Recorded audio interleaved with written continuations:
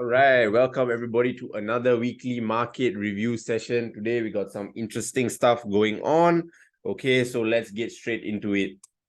Okay, again, this is not financial advice. This is just our opinions, and any opinions or references we make is just our own personal views. Okay, now, very simply, number one, what happened? Again, the federal regulators stepped in to cover the customers of Silicon Valley Bank. Okay, so in my previous video, I talked about the whole Silicon Valley Bank fallout and what's actually happening right now with them. Again, this was a bank more for startups and tech startups and businesses. Again, 80% of their deposits came from them, and they took those deposits and put it into bonds or bond yields that were actually very low at about 1.5%. compared to the rates we are at now, which is at about, about 4 to 5% for yourself, okay? So they were on the losing end, and because of that, we have a collapse of Silicon Valley Bank.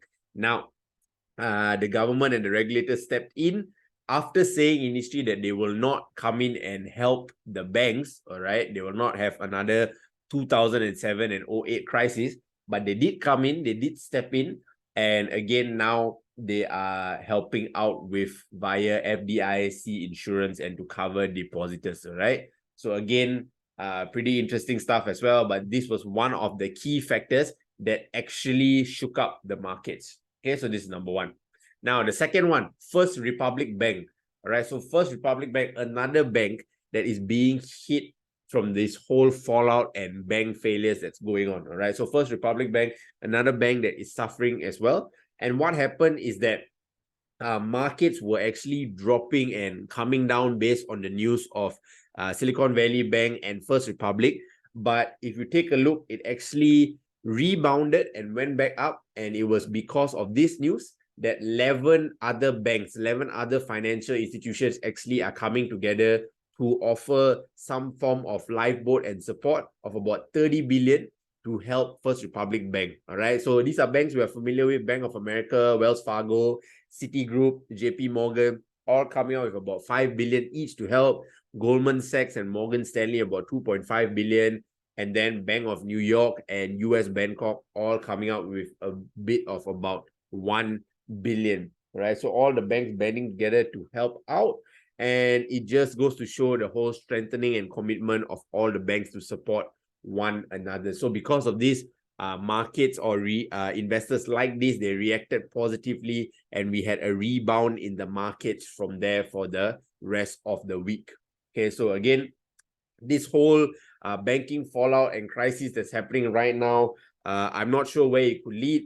Again, government and individuals are talking about potential recession. This could be one of the catalysts. I'm not too sure, but it's really interesting to see how all of this is unfolding, all right? It seems like a stack of dominoes. First, we had the whole Silvergate Capital, all right, the whole crypto issue. Then we had Silicon Valley Bank, now First Republic Bank, and I'm about to get to my third bank, all right? I'm about to get my third bank in a bit. Okay, but before that, CPI data actually came out, all right? Consumer Price Index, okay, CPI actually came out, and what analysts forecasted was 0.4%, okay, and the actual was 0.4%, okay? So that means, again, month to month, inflation has remained the same, right? It has not gone down, it has not gone up. We are remaining at the same for ourselves, okay? So in the US, I put it here very clearly. You can see interest rates are at about 4.75 still. Our inflation, or the inflation rate, is still 6. Okay, guys, it's still 6. Now, ideal inflation should be at about 2 to 3%. So now that we're at about 6%, we still got a long way more to go, guys, right? About 2 to 3 more percent down. Okay, so let's continue to write this out. Let's see how it unfolds. With the whole fallout of all your banks that's happening right now, it's a bit of an unknown situation whether the Federal Reserve will continue to increase interest rates because of this. Okay, so let's continue to monitor this week. This week, we got interest rate hikes, which I will share in a bit, but let's see whether they continue to increase interest rates despite all of this that's happening right now. Okay, so this is for CPI data. Now, last one, like I mentioned, another bank that is suffering is Credit Suisse. All right, so Credit Suisse, UBS actually plans to buy Credit Suisse and helps to bail it out for about $3.2 billion. All right. Now, again, this is another bank. If you go and look at the charts, dropped massively, all right, dropped massively in the markets as well. It's another one of the banks suffering from the fallout as well. And again, another issue that is popping out, all right? So again, like I said, this could be a string of dominoes to lead to our, again, potential recession or potential major drop in the markets, all right? Again, the kind of situation we are in now, I don't think it's a very good situation we are in, nor is it very drastic or bad yet. So we will need to see how things unfold, right? But in my opinion, I feel this is a string of dominoes is leading up to something bigger, right? And this is just the beginning, okay? So this is the news that happened in the markets. So let's go ahead and take a look at the charts and see what actually happened on the technicals. Okay, guys, so this is my S&P 500, my SPY, and you can see over here for myself, we're on a 1 year, 1 day chart. Now, again, with technicals, so far, the levels that I have drawn have held well in recent times. So if you take note of my previous video, I told you guys, prices could drop as low until 380. And true enough, we went just slightly above 380. You can see on this candle over here. And then we decided to rebound back up, right? And rebound back up, we have been playing with my ranges, okay? So we went back up to 390 to 392. We broke that, went up as close to 396. And then what happened is we came back down on Friday and we're resting back at my levels of 390 again, okay? So where can markets go this week? Well, I think number one, news or investors are still going to be looking out for the bank fallout. What's happening? Are there any new issues that are popping out with the financial institutions? And secondly is interest rate hikes. Okay, I think on Wednesday or Thursday when Jerome Powell speaks, how he addresses the market, his tonality, his view on the short to midterm future, his opinions on this whole banking crisis that's happening right now, all of that will be another catalyst to insert volatility in the markets and to give us a direction. Okay, so as of now, where do I see it going for us? Well, very simply, again, if it can hold my 390 level and 392, then again, possibly up to 396, even all the way till 400, all right, 400, which is around here for myself. Okay, now, if that doesn't happen, it does not have any direction, it is not positive news, things are very gloom, we might see it come back down, and it might come back down all the way to 380 or around 380 to test this again, right? So the 380 level, it might come down to test this again if things are not so great based on the events that happened this week, right? So I'll be keeping a lookout for these levels for this week, okay? Now, on QQQ,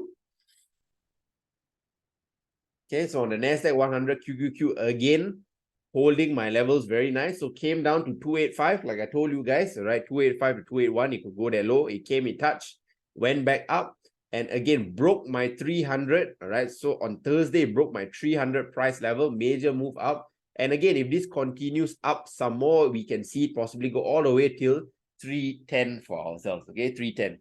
But again, last week, right, tech really blew up, all right? Tech was leading the rally and leading the forefronts in the market as well as the banks on certain days. So that is why we have this major move up, okay? Now, if it decides to reverse, then possibly come down to my 300 level. And if we break 300, then all the way down to 290, all right? So again, look out for a pullback this week. If it does pull back, possibly to 300 and can go further if it breaks 300 to 290. If not, then we'll see it rally up all the way to 310 for ourselves. Okay, so this is in terms of our SPY and QQQ for ourselves, right? Now, this is the charts. So let's now go and look at what to look out for in the upcoming week and how to position yourself for that week.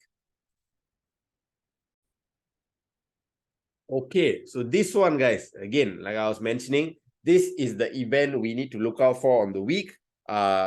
Wednesday to Thursday early morning Singapore time, okay, 2 a.m. You can see over here, federal funds rate. This is where they'll be talking about the interest rate hikes. And you can see already analysts, what analysts are forecasting. Analysts are forecasting that it will be an increase. Okay, increase. So if you saw earlier on, I showed you interest rates were at about 4.75%. Analysts are forecasting that it's going to increase to 5%. Okay, but it may or may not happen. Again, we are not sure. Jerome Powell may decide to pull out a surprise and say he is not increasing interest rates to deal with the current crisis, or he may end up increasing it. Okay, depending on how it goes and how market perceives his tonality and what he projects forward, that will give us the volatility and direction in the markets. Okay, so this is the only major news we need to stay out and look out for this week for ourselves. So let's focus on this. Again, if you're trading for yourself, just be aware of this day. Take note of the time. Do not trade during these hours for yourself, right? It's a high impact event. It can cause significant volatility.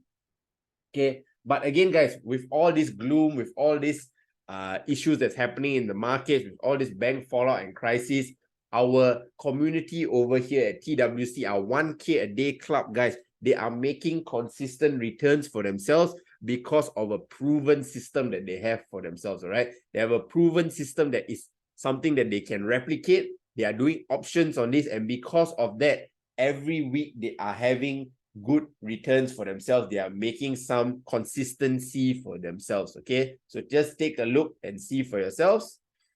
All right, so this week, again, you can see Mata did a 26%, all right? 26%. On that day, guys, where I told you the banks came in and they said they are going to support First Republic, all your JP Morgan and Goldman Sachs. There was a rally in the market. Martha took advantage of this and she did an easy 26% for herself, right? An easy 26%, okay?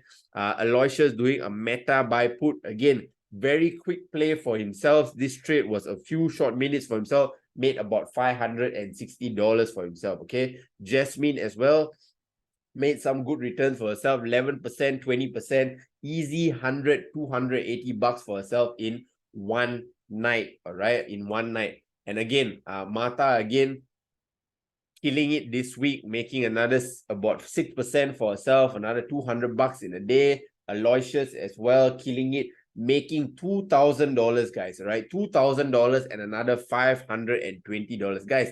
How impressive is this, all right? All this is in USD, guys. USD, literally making about 2.5K USD in one night, which is equivalent in SGD to about 3K plus, all right? Literally, some people's monthly salary, guys. Some people's monthly salary, this guy is killing it and making it in literally one night for himself, right? This is the power of having a proven system for yourself, something that is simple and replicatable, okay? He's doing it for himself. He's showing you the results up front, right?